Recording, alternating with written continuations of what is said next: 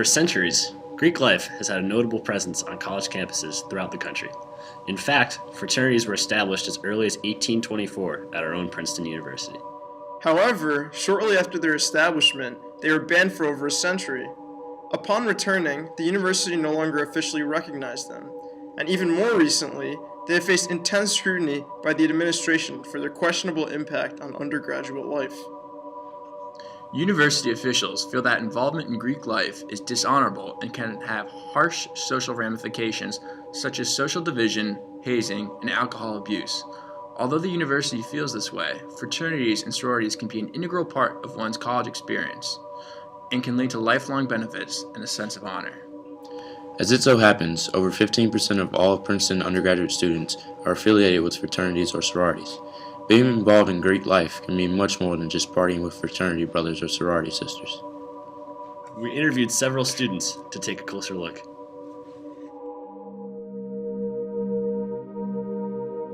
So I joined the sorority because initially my sister asked me to join it because she's in it, and she wanted me to join it, so I did. But then once I joined, I really got a second family, and they're just there to support me, and now I'm part of this long tradition. And it's not just that they help me, but it's also that they help the community through philanthropic events. And that's really important to me, just giving back. Having a strong support system on campus to help you through the ups and downs of Princeton.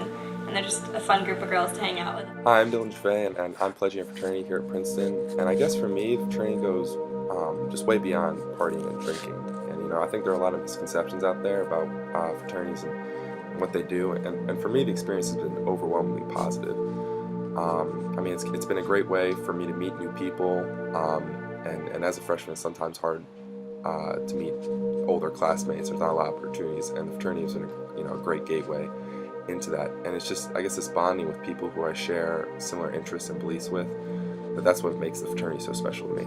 I was a 4-year member of a fraternity in a well-known East Coast college, and remain very involved in that organization today, some 25 years later. So clearly I developed some strong attachment to that group during my 4 years in college, and have maintained that over the years. And I think that's one of the value points when you point to the fraternal experiences. There are a bunch of things that come out of that are well beyond the social and the friendship aspects that are developed through living with a very small group of people. And it gave us a real opportunity for leadership, to lead a relatively small group of people, but at the same time very important group of people to develop both community relations and university relations and employment relations as we all evolved through our college experience and ultimately entered the workforce. In fact, one senior student who didn't join a fraternity said that he probably would have joined one if the university supported Greek life more. I actually didn't even know they existed, but if they had been more supported by the university, I probably would have. I feel like it'd be more friendship and camaraderie than an eating club. I think the ban on Rush is kind of silly just because people are going to find some kind of brotherhood either way, and a frat is just an easier way to do that. I did Rush, but I ended up not joining because I had the swim team. But if I didn't have the swim team, I'd certainly be looking for a frat or something similar. I don't support the ban because I think that it blocks a really valuable resource for incoming freshmen to make friends quickly and branch out and meet people they wouldn't have met before. I think it's an interesting topic, but I think that it won't really stop fraternities. I think they'll just become social clubs and not change that much. I rushed during my freshman year, so I'm an advocate for that because I think it's important to have a full college experience as part of this living group. Many times the opportunities for holding office in fraternities and developing the skills that you're going to use later on in life come from having built a very strong foundation early on in the organization.